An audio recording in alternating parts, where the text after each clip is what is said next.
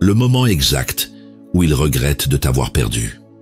Tu l'as aimé en silence, supporté trop longtemps, excusé l'inexcusable. Et aujourd'hui, tu t'interroges, est-ce qu'il regrette? Est-ce qu'il souffre ne serait-ce qu'un instant de t'avoir perdu? Car toi, tu portes encore le poids de son absence. Mais lui, il donne l'impression de vivre sans même se retourner. Pourtant, tu veux savoir, non pas pour le reconquérir, mais pour comprendre à quel moment, exactement, le narcissique réalise ce qu'il a perdu. Tu veux mettre un mot, une étape, un repère, sur cet instant où la douleur change de camp. Le moment où ce n'est plus toi qui tremble, mais lui qui sent enfin le vide. Le problème, c'est que tu t'attends à ce qu'il regrette comme toi, avec des mots, des excuses, un regard qui avoue. Mais les narcissiques ne regrettent pas de t'avoir blessé. Ils regrettent d'avoir perdu le contrôle. C'est quand tu ne réagis plus qu'ils commencent à perdre pied, quand ton silence devient plus bruyant que toutes tes demandes passées, quand tu n'attends plus rien d'eux, qu'ils comprennent qu'ils ont perdu une chose rare, ta loyauté. Et c'est là, précisément, que leur monde intérieur commence à se fissurer.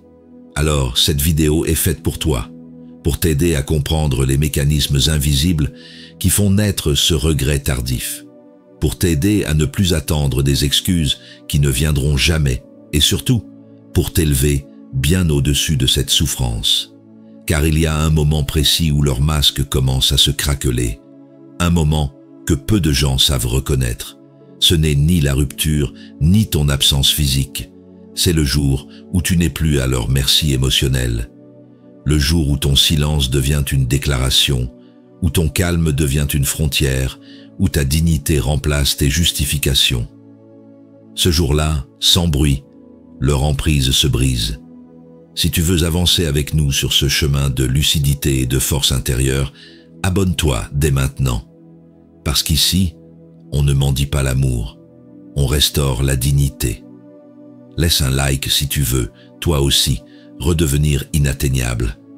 Et partage cette vidéo à quelqu'un qui mérite de comprendre qu'il n'a pas été faible. Il a simplement aimé trop longtemps. Commençons par le premier chapitre. Il ne regrette pas ta perte immédiatement, parce qu'il croit encore te posséder. Un narcissique ne réagit pas au départ. Il observe, il teste, et surtout, il croit que ton absence est temporaire. Parce qu'il t'a conditionné à revenir encore et encore. Il ne ressent pas encore le vide, car il pense que tu es toujours à portée de ses griffes. Le silence ne l'inquiète pas. Il l'interprète comme une stratégie pour attirer son attention. Il sous-estime ta force, comme il a toujours sous-estimé ta douleur. Ce qui le rend puissant, ce n'est pas ce qu'il ressent, mais ce qu'il ignore ressentir. Il ne voit pas la perte, il voit une pause, une interruption dans un cycle qu'il croit maîtriser. Et dans cette illusion, il continue de vivre, persuadé que tu reviendras, comme avant. C'est là sa première erreur, car pendant qu'il t'oublie, tu te reconstruis. Tu crois que l'absence de regret est un signe qu'il t'a oublié. Mais en réalité, c'est un aveuglement. Il ne réalise pas ce qu'il perd tant qu'il pense qu'il peut le récupérer. Marc Aurèle écrivait « Ce que tu possèdes sans gratitude t'échappera sans bruit ». Et c'est exactement ce qui est en train de se jouer. C'est ton détachement, silencieux et lent, qui commence à fissurer l'image qu'il avait de toi. Tu ne réponds plus, tu ne supplies plus, tu ne te justifies plus, et ce silence, au début méprisé, commence à devenir inquiétant. Car ce qu'il possédait, il ne le contrôle plus. Et ce qu'il ne contrôle plus, il commence à le désirer. Épictète l'avait vu juste, ce que tu cesses d'offrir devient ce que les autres convoitent. Ce qu'il ignorait hier devient précieux, non parce qu'il a changé, mais parce que tu as disparu sans cri, sans spectacle, sans dernière scène. Ce départ sans drame est ce qui le déstabilise. Tu veux savoir quand il commence à regretter? C'est quand il cherche ton reflet dans ses nouvelles relations, quand il compare, quand il réalise qu'il a perdu une âme qui, malgré la souffrance, croyait encore à sa lumière. Mais cette lumière, tu l'as reprise. Et c'est précisément là que commence la bascule du pouvoir. Quand ton absence devient plus lourde que ta présence, quand le silence que tu imposes prend plus de place dans sa vie que tous tes anciens messages, le moment exact où il regrette commence quand il comprend que tu ne reviens pas. Et tu veux la vérité? Il ne regrette pas ce qu'il t'a fait subir. Il regrette que tu n'acceptes plus de le subir. Il ne pleure pas ta souffrance. Il pleure la fin de son emprise. C'est ça, la douleur du narcissique. Perdre la seule chose qu'il croyait éternellement acquise. Ton pardon silencieux. Poursuivons avec le 2e chapitre. Le narcissique ne souffre pas, jusqu'au moment où il perd son pouvoir sur toi. Il faut le comprendre une fois pour toutes. Ce n'est pas ton absence qui le fait souffrir, c'est la perte de contrôle. Le narcissique ne te voulait pas comme partenaire, mais comme miroir de son importance. Tant que tu es affecté, tant que tu réagis, tant que tu expliques ou que tu espères, il garde une prise sur ton monde intérieur. Et tant qu'il a cette prise, il est en paix. Ce qui déclenche sa panique, ce n'est pas ton éloignement physique, mais ton désengagement émotionnel. Le jour où tu ne ressens plus le besoin de lui prouver quoi que ce soit, où son regard ne te touche plus, c'est là que son monde s'effondre. Tu étais une source d'énergie. Tu es devenu un mystère inaccessible. Et ça, il ne le supporte pas. Ce qui est à l'extérieur ne peut te nuire sans ton accord intérieur. Épictète. Voilà pourquoi il insiste, même après votre rupture. Il teste ta résistance, il provoque, il te cherche, même sans mots, même par des moyens détournés. Il veut savoir si tu vibres encore pour lui. Et chaque silence que tu lui offres est un rappel douloureux de son impuissance. Le narcissique ne regrette pas ton amour. Il regrette le pouvoir qu'il avait sur toi. Et plus encore, il regrette l'assurance que ton attachement lui offrait. Tu étais son reflet. Tu étais sa source de validation. Tu étais la preuve qu'il valait quelque chose. Sans toi, il doit faire face au vide qu'il fuit en permanence. Celui qui s'appuie sur le regard des autres bâtit sa maison sur du vent. Sénèque. Et maintenant que tu ne le regardes plus, il chancelle. Il ne sait plus comment exister. Il cherche une nouvelle proie, mais aucune ne lui donne ce que tu lui offrais. Une loyauté inconditionnelle, une indulgence permanente, une tendresse désarmante. Plus tu restes calme, plus son angoisse monte, parce que tu n'essaies pas de revenir, parce que tu n'exiges rien, parce que tu ne cries pas. Tu es devenu un silence puissant. Et ce silence contient une chose qu'il redoute plus que tout, ta liberté. Il pensait que tu allais imploser sans lui. Il ne t'a jamais imaginé et plus fort et plus aligné et plus vivant et maintenant, il comprend que tout ce qu'il pensait contrôler chez toi ne lui appartenait jamais. Tu t'es éveillé et il est resté figé. Le narcissique commence à souffrir au moment exact où il réalise qu'il ne te possède plus psychologiquement. Et cette douleur-là, il n'a aucun mot pour la formuler car c'est une douleur qu'il pensait ne jamais ressentir. Explorons à présent le 3e chapitre. Le vrai regret commence quand tu deviens inaccessible. Le narcissique ne ressent pas immédiatement le vide que tu laisses. Il vit sur l'illusion que tu es encore là, quelque part dans ses griffes. Il pense que ton silence est une pause, pas une rupture. Il imagine que tu le surveilles, que tu attends, que tu vas revenir. Mais il se trompe. Lentement, ton absence cesse d'être une stratégie. Elle devient une nouvelle réalité. Ce moment précis où il réalise que tu ne réagis plus même en pensée est le début de son véritable regret. Tu n'es plus atteignable, tu n'es plus accessible, pas par la colère, pas par la nostalgie, pas même par la culpabilité. Et c'est là qu'il commence à paniquer. Car ce qu'il perd, ce n'est pas juste ton attention, c'est l'accès à ton âme. Ne t'attache pas à ce qui peut être retiré sans ton consentement. Épictète. Ce que le narcissique redoute le plus, ce n'est pas de te voir partir, c'est de n'avoir plus aucun levier pour te faire revenir. Tu es devenu calme, silencieux, indifférent, pas par vengeance, mais par croissance. Et cette posture, il ne sait pas l'affronter. Il tente alors de te faire réagir par des silences pesants, des apparitions subtiles ou des gestes contradictoires. Mais rien, tu ne bouges plus. Il pensait que tu n'étais qu'un pion dans sa partie, mais c'est toi qui as quitté l'échiquier. Et sans adversaire, il n'a plus de rôle. Celui qui ne réagit pas devient l'homme libre. Hiéroclès, et tu l'es devenu libre, non plus en guerre contre lui, mais en paix sans lui.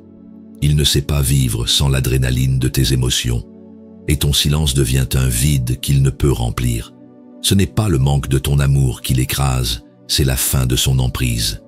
Il regrette alors non pas ce que vous avez vécu, mais ce qu'il a perdu comme pouvoir.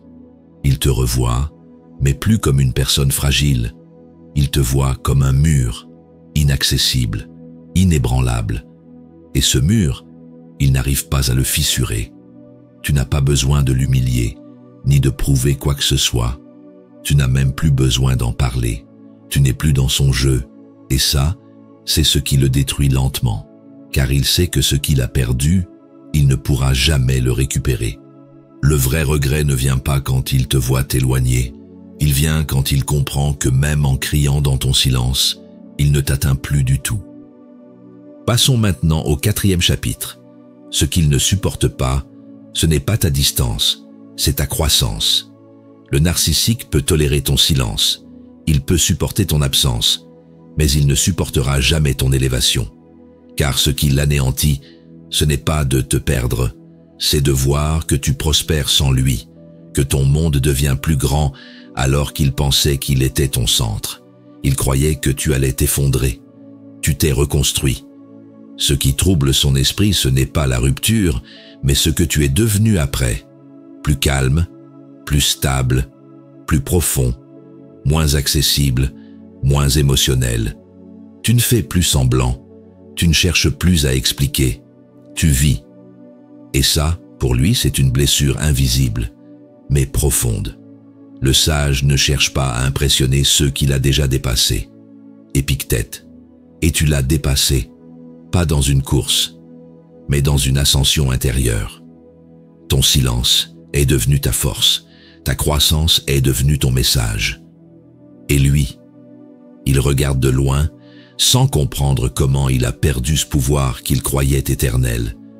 Il essaiera de te faire croire qu'il s'en moque, qu'il est passé à autre chose, qu'il a gagné, mais à l'intérieur, il est rongé, car ce qu'il voit, c'est une version de toi qu'il n'a jamais connue, une version qu'il n'a jamais pu contrôler, et cette version-là, il ne pourra jamais la manipuler. Celui qui grandit sans bruit effraie ceux qui vivaient de son agitation. Marc Aurèle. Le narcissique vit dans un monde de comparaison. Voir que tu ne le regardes plus, que tu ne réponds plus, que tu ne réagis plus. C'est comme une gifle silencieuse à son ego. Il croyait que ton monde tournerait autour de lui. Il découvre qu'il n'y est même plus invité. Ce n'est pas ta distance qui lui fait mal, c'est ton détachement. Ce n'est pas ton absence qui le ronge, c'est ton rayonnement. Il avait sous-estimé ta capacité à renaître. Il n'avait pas prévu que tu ferais de ta douleur une discipline, de ta solitude une victoire. Tu n'as rien à prouver. Tu n'as pas à lui montrer que tu vas bien. Il le voit, et c'est suffisant. Tu n'as pas à parler. Ton évolution hurle plus fort que n'importe quel discours. Elle lui rappelle qu'il ne t'a jamais réellement connu, et encore moins détruit. Et c'est là que son regret se transforme en angoisse. Il réalise qu'il n'aura plus jamais accès à la version de toi qu'il a méprisée, et encore moins à celle que tu es devenue. Car tu ne t'es pas vengé, tu t'es élevé.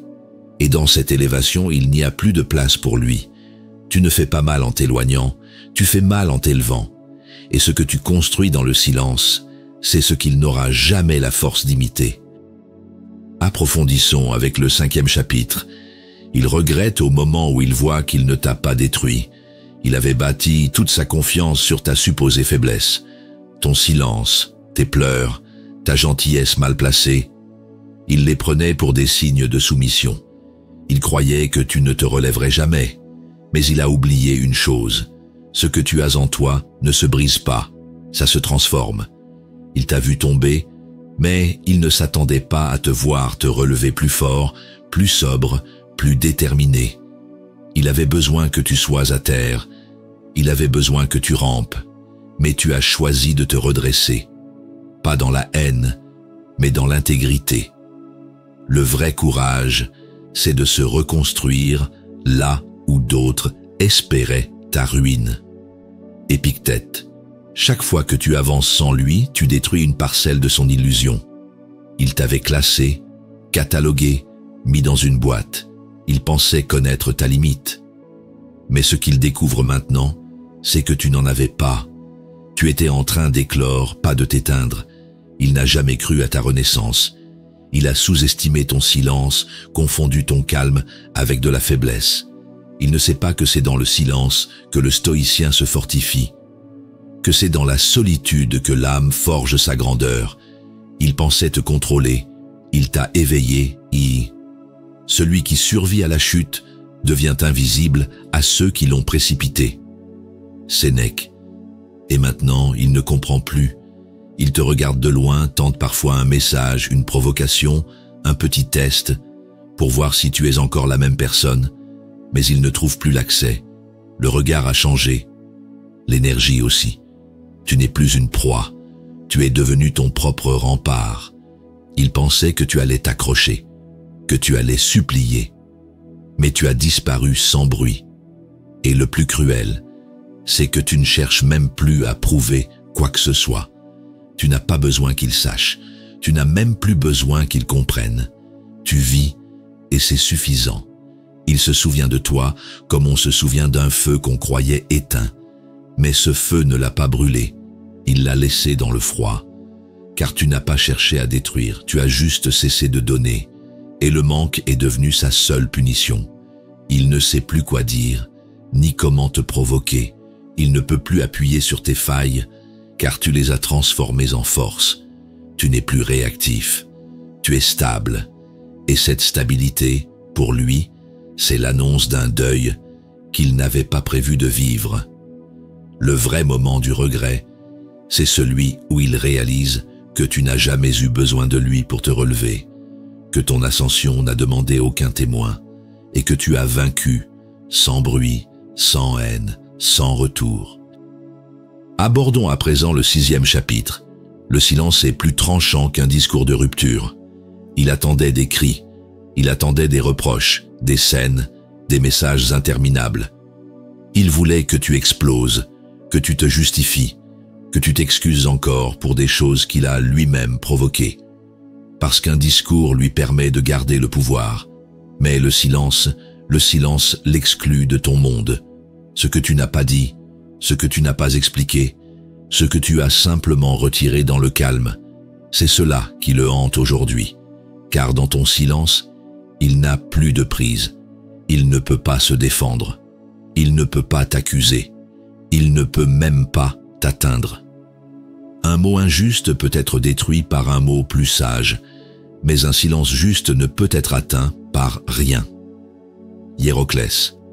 En ne répondant pas, tu as fermé la scène, tu n'as pas offert de conclusion à son récit, tu as quitté l'histoire sans lui permettre de tourner la dernière page. Et cette absence de fermeture devient sa blessure ouverte.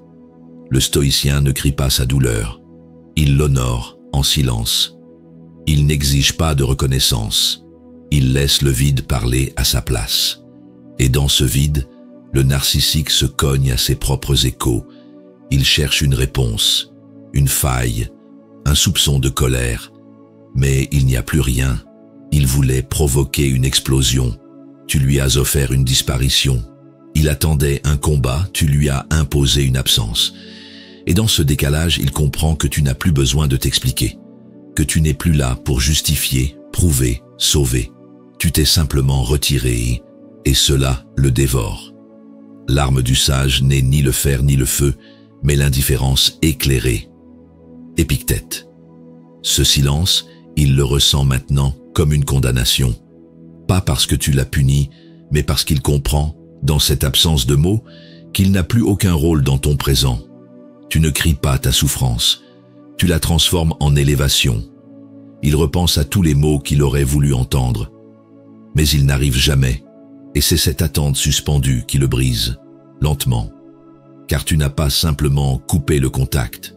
Tu as arrêté de l'écouter, même intérieurement. Et c'est cela qu'il ne supporte pas. Tu ne t'es pas battu pour partir. Tu n'as pas pleuré devant lui. Tu n'as pas exigé des comptes. Tu as laissé le silence clore ce qu'il pensait dominer. Et aujourd'hui, il comprend que c'est ce silence, et non les cris, qui signent la fin véritable de son pouvoir. Passons maintenant au 7e chapitre. Il regrette quand tu ne réagis plus à ses tentatives de retour. Il reviendra. Toujours. Par une excuse voilée, un message banal, une main tendue qui cache un piège. Le narcissique ne supporte pas le vide. Il teste, il effleure, il manipule. Il ne veut pas ton amour, il veut voir s'il peut encore t'atteindre.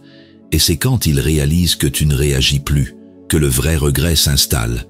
Tu ne réponds plus à ses sous-entendus, tu ne likes plus ses publications, tu ne réponds pas à ses tentatives déguisées, tu ne te justifies plus. Et surtout, tu ne luttes plus contre son absence. Là, il comprend. Il comprend que son emprise a disparu, que ce qu'il contrôlait est mort. La véritable puissance est dans celui qui ne réagit pas, même quand tout l'y pousse. Marc Aurèle.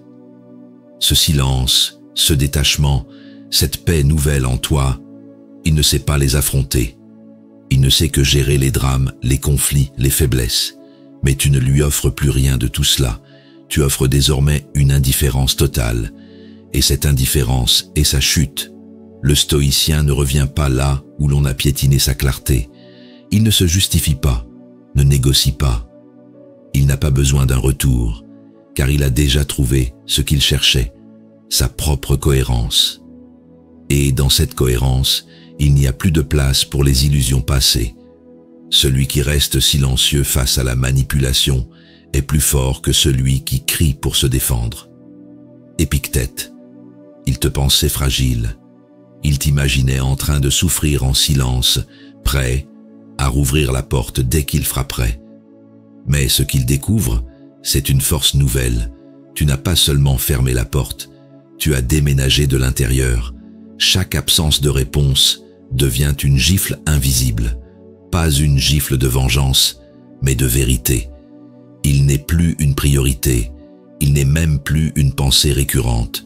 Tu as déplacé ton attention ailleurs, tu es vivant sans lui. Il tente de te provoquer à nouveau, de réactiver l'ancien lien. Mais tout ce qu'il trouve, c'est une personne qui a compris. Compris que le silence est parfois la seule guérison possible, que la dignité commence quand on cesse de vouloir réparer ce qui détruit. Et alors, il regrette. Pas parce qu'il t'aime, mais parce qu'il sent que son reflet a disparu de ton miroir, et pour lui, ne plus exister dans l'œil de sa proie, c'est disparaître. Ton absence est devenue son vide, et ce vide, il ne pourra plus jamais le combler. Approchons du 8e chapitre. Le narcissique regrette quand tu inspires ce qu'il ne pourra jamais incarner. Il t'a méprisé, il t'a sous-estimé, il t'a piétiné en pensant que tu ne te relèverais jamais.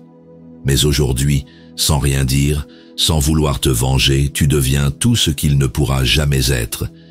Et c'est là que naît son véritable regret, dans ce reflet de ta grandeur qu'il ne pourra jamais atteindre.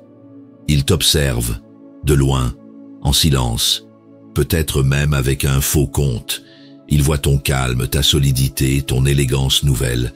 Il voit que tu n'as pas sombré, que tu avances, que tu n'as pas besoin de reconnaissance. Il croyait t'avoir détruit, et pourtant, tu brilles plus que jamais. Le vrai pouvoir est silencieux. Il rayonne sans bruit. Épictète.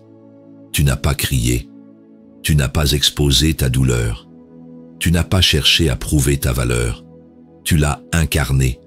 Et c'est cette incarnation paisible qui le ronge, parce qu'un narcissique vit dans le paraître et meurt face à l'authenticité. Ce qu'il ne supporte pas, ce n'est pas ta réussite matérielle, c'est ta stabilité intérieure, c'est ton regard clair, c'est cette énergie nouvelle, celle qu'on ne peut ni voler ni copier, Tu as fait ce qu'il ne fera jamais. Tu as transformé ta douleur en sagesse. Le feu du sage n'incendie pas. Il éclaire. Marc Aurèle. Il tente de t'imiter, peut-être, d'imiter ton calme, tes phrases, ton aplomb. Mais il n'a pas ce qu'il faut, le cheminement intérieur, la vérité silencieuse, la discipline du cœur. Il joue un rôle. Toi, tu es devenu ce rôle. Le plus grand regret naît toujours face à une perte que l'on ne comprend qu'après. Et il commence à comprendre, trop tard. Il réalise que ce qu'il a laissé partir n'était pas une faiblesse, mais une force qui s'ignorait encore. Et ce qui le rend fou, c'est de voir que tu n'as même plus besoin qu'il regrette. Tu ne cours pas après ses excuses, tu n'attends pas sa reconnaissance. Tu vis, tu construis, tu inspires. Et ça, c'est la blessure invisible qu'aucune revanche ne saurait guérir. Le narcissique n'envie pas seulement ce qu'il ne possède plus, il envie ce qu'il n'a jamais été. Et toi, sans haine, sans cri, sans mise en scène, tu es devenu sa contradiction vivante. La preuve que l'amour de soi existe, sans dépendance ni humiliation. Et dans ce contraste entre ce qu'il est resté et ce que tu es devenu, il ne voit pas seulement une perte, il voit son échec. Et c'est là, dans ce miroir, qu'il ne pourra jamais briser, que son vrai regret prend racine. Terminons avec le 9e chapitre. Le véritable regret du narcissique, c'est de t'avoir vu partir et ne plus jamais exister dans ton monde. Il pensait que tu tournerais autour de lui éternellement, que même en partant, tu reviendrais, que ton absence ne serait qu'une stratégie pour attirer son attention. Mais un jour, il regarde autour de lui et tu n'y es plus, nulle part, ni dans ses messages, ni dans ses pensées, ni dans son pouvoir. Et c'est là que le vide commence. Il croyait t'avoir à disposition. Il croyait que ta gentillesse était une faiblesse. Il n'a pas vu que ton silence n'était pas une fuite, mais une transformation. Et maintenant qu'il tend l'oreille, il n'entend rien, aucune plainte, aucun signal, aucune trace. Tu as cessé d'exister dans son univers, et c'est cela qu'il ne supporte pas. On ne regrette pas ceux qui crient, mais ceux qui se taisent à jamais. Épictète. Il croyait que l'amour pouvait se manipuler, que les sentiments pouvaient se marchander, mais il a oublié une chose. La dignité ne fait pas de bruit quand elle s'en va. Et aujourd'hui, cette dignité le hante plus fort que tous les mots qu'il aurait voulu entendre. Tu es parti sans drame, sans scène, sans tentative de le convaincre. Et c'est ce retrait total qui lui laisse la cicatrice. Car dans son esprit, tu devais rester accroché, tu devais réagir, supplier, rappeler. Et tu n'as rien fait de tout ça. Tu as disparu, tranquillement, définitivement. Le silence de l'oubli est plus tranchant qu'un adieu prononcé. Marc Aurèle. Il ne sait pas à quel moment exact il t'a vraiment perdu. Mais il le sent. Il le sent dans ce vide que rien ne comble, dans cette absence qui devient insupportable. Il aurait préféré ta colère. Il aurait préféré ton cri. Il ne supporte pas ton indifférence. Ce n'est pas ton amour qui lui manque. C'est le reflet de puissance qu'il croyait avoir à travers toi. Et aujourd'hui, ce miroir s'est brisé. Il n'est plus le centre. Il n'est même plus une option. Il est devenu invisible. Et cette invisibilité, pour lui, est un supplice. Il a joué avec ton cœur. Et aujourd'hui, c'est son esprit qui vacille. Il croyait avoir gagné, mais il ne voit plus rien dans son monde qui ressemble à toi. Et ce qu'il a perdu, il ne le retrouvera jamais ailleurs, parce que ce que tu offrais, c'était réel, rare, irrécupérable, et toi, tu marches, tu continues, tu ne fuis pas, tu ne combats pas, tu vis, tu deviens, tu t'élèves, et cette élévation silencieuse et pleine est la seule réponse, le seul message, et peut-être la seule punition que son ego retiendra à jamais. Tu n'as pas besoin de vengeance, tu n'as plus besoin de reconnaissance, tu n'as même plus besoin d'être compris. Ce que tu as gagné est bien plus grand, Tu es devenu libre, libre de l'emprise, libre du manque, libre du passé. Tu as repris possession de ton silence. Et dans ce silence, il n'y a plus de chaos, seulement de la paix. Ce n'est pas lui qui a perdu quelque chose. C'est toi qui as récupéré tout ce qu'il t'avait volé, ton calme, ta valeur, ta lumière. Tu n'attends plus qu'il te regrette. Tu sais que s'il doit regretter, ce ne sera pas pour ce que tu étais, mais pour ce qu'il ne pourra plus jamais atteindre. Et c'est là que réside ton pouvoir. Et peut-être qu'au fond de lui, dans ce vide qu'il cache sous ses masques, il sent que tu as gagné. Non pas en criant, non pas en te justifiant, mais en devenant intouchable, en t'élevant là où il ne peut plus te suivre. Parce qu'on ne peut pas manipuler quelqu'un qui n'attend plus rien. Alors continue d'avancer, garde ton calme comme une armure, ton silence comme un royaume, et ta sagesse comme une boussole. Parce qu'à la fin, ce n'est pas la colère qui libère, c'est l'oubli. Et ton oubli, pour lui, est plus douloureux que tous les maux du monde. Si ce message t'a aidé, montre que tu tournes la page. Abonne-toi dès maintenant à cette chaîne pour ne plus jamais revenir en arrière. Laisse un like si tu choisis de ne plus te laisser atteindre et partage cette vidéo à quelqu'un qui mérite lui aussi de retrouver sa force. Parce qu'ici, on ne vit plus pour être validé, on vit pour être en paix.